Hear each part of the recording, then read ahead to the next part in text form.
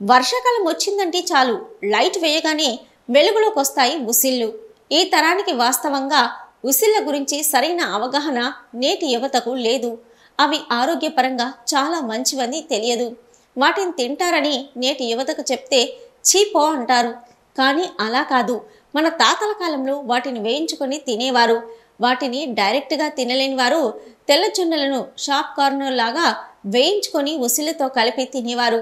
అవి తినటం వల్ల బీపీ, షుగర్ వ్యాధులు నయమవుతాయని ఆయుర్వేద వైద్య నిపుణులు అభిప్రాయపడుతున్నారు. ఇవి భూమిలో ఉంటాయి. ఏడాదికి ఒక్కసారి మాత్రమే తొలకరి వర్షాలకు వస్తాయి. వాటి వల్ల రైతులకు చాలా మేలు జరుగుతుంది. ఎందుకంటే ఉసిళ్ళు భూమిలో ఉంటాయి కదా. భూమిలో ఉన్న అతి చిన్న పురుగులను, అంటే రైతు పంటకు నష్టపరిచే అతి సూక్ష్మ క్రిములను తిని రైతు నేస్తంగా మారినాయి. కానీ ఈ రోజుల్లో రైతులు క్రిమిసంహారక మందులను వాడడం, స్ప్రేలను చేయటం వల్ల వాటి జాతి అంతరించిపోతుంది. గత 50 సంవత్సరాల క్రితం వరకు మార్కెట్లో కూడా వేయించిన ఉసిళ్ళు అమ్మేవారు. ఇప్పుడు మాత్రం అమ్మేవారు లేరు, కొనేవారు లేరు, తినేవారు లేరు. మళ్ళీ పూర్వ వైభవం రావాలంటే ఉసిళ్ళు తినాల్సిందే.